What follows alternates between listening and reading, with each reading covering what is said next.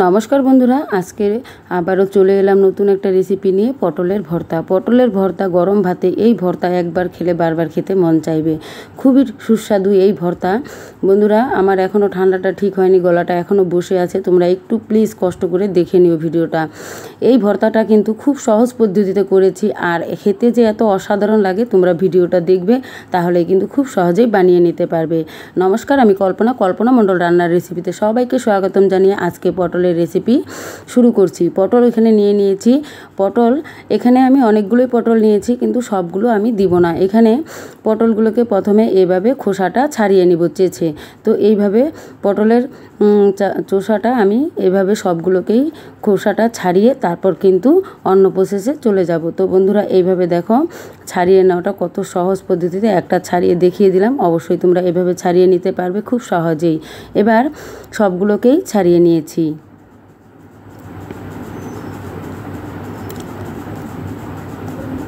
তোমরা যদি নতুন হয়ে থাকো বন্ধুরা, চ্যানেলটা সাবস্ক্রাইব করে দিও, বেল আইকনে প্রেস করে রাখো, তাহলে সবার আগে নোটিফিকেশন পৌঁছে যাবে তোমাদের কাছে। আর নতুন হয়ে থাকলে চ্যানেলটা কিন্তু অবশ্যই সাবস্ক্রাইব করবে।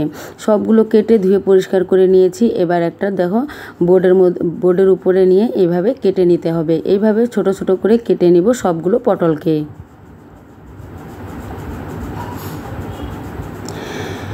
একটা কড়াই বসিয়ে দিয়েছি, কড়াইয়ের মধ্যে দিয়ে দিব 1 কাপ জল। এখানে 1 কাপ জল দিয়ে তারপর পটলগুলো দিয়ে দিব। পটলগুলোকে ভাপিয়ে নিতে হবে। এটা ভালো করে সেদ্ধ করে নিলে তাহলে কিন্তু এর পেস্ট যে তৈরি করব এটা কিন্তু খুব সুন্দর হবে। তো এখানে দেখো জল দিয়ে তারপর হাতা দিয়ে সামান্য একটু নেড়ে তারপর ঢেকে দিব। এখানে সেদ্ধ হতে সময় লেগেছে আমার 5 মিনিট। তো 5 মিনিটের মতো গ্যাসের ফ্লেমটা আমি হাই করে রেখেছিলাম। তো এভাবে 5 মিনিট সেদ্ধ করার পর তারপর কিন্তু অন্য প্রসেসে আবার চলে যাব। তো এখানে দেখো জলটা যে আছে এই জলটা কিন্তু পুরোটাই শুকিয়ে নিব। তো এইভাবে দেখো জাল করে খুব সুন্দর করে জলটা শুকিয়ে নিতে হবে।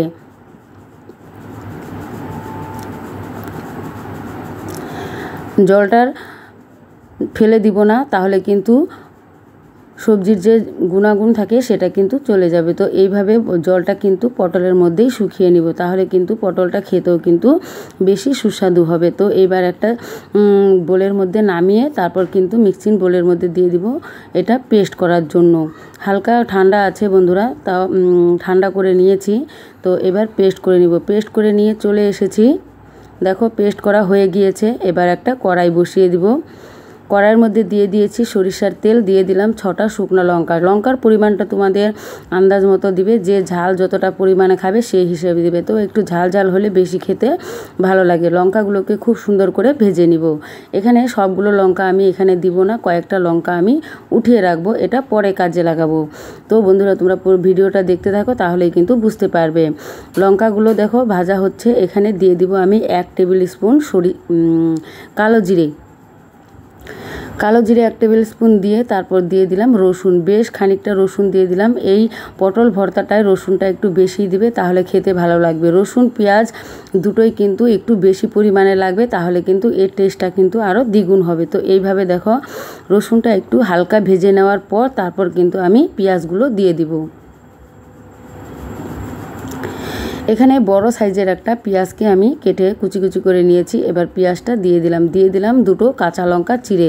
কাঁচা লঙ্কাটা দুটোই দিয়েছি বন্ধুরা, তোমরা যদি চাও আরও বেশি করে দিয়ে নিতে পারবে। তো এভাবে খুব ভালো করে ভেজে নিব রসুন, কাঁচা লঙ্কা, পেঁয়াজ আর হলো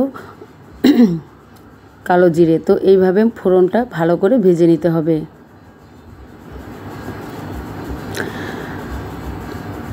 খুব সুন্দর করে ভেজে নিয়েছি। এবার পটলের পেস্টটা দেখো একটা বাটিতে ঢেলে নিয়েছি। পটলের পেস্টটা এবার দিয়ে দিলাম, দিয়ে বেশ ভালো করে নেড়েচেড়ে ভেজে নিতে হবে। যতটা এটা ভালো করে ভাজা হবে খেতে কিন্তু ততটাই টেস্ট হবে। তো এইভাবে দেখো খুব সুন্দর করে নেড়েচেড়ে নিয়ে তারপর এর মধ্যে দিয়ে দিব আমি পরিমাণ মতো লবণ। তো লবণটা পরিমাণ মতো দিয়ে দিচ্ছি। সামান্য একটু দিয়ে দিব হলুদ লবণ দিয়ে বেশ ভালো করে নেড়ে চেড়ে তারপর কিন্তু ভেজে নিতে হবে। এটা যতটাই ভালো করে ভাজা হবে, আবারও বলছি, ততটাই খেতে কিন্তু সুস্বাদু হবে। এই ভর্তাটা গরম ভাতে যদি একবার বানিয়ে খাও, সত্যি বলছি, কথা দিচ্ছি, অন্য সবজির কথা মনেই পড়বে না। যদি এই সবজিটা দিয়ে একবার খেয়ে থাকো তাহলে আরেকবার বানানোর ইচ্ছে করবে। তো এইভাবে খুব ভালো করে ভেজে নিচ্ছি।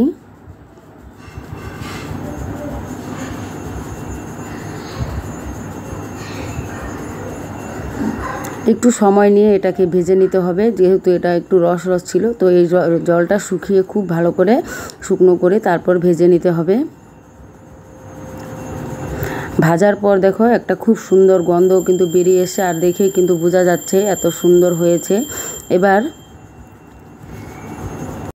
ভাজাটা কিন্তু অনেকটাই হয়ে গিয়েছে আমার, দেখো দেখতেই পাচ্ছ, দেখতেও কিন্তু অনেকটা লোভনীয় হয়েছে। তোমাদের কেমন হয়েছে অবশ্যই কমেন্ট করে জানিও।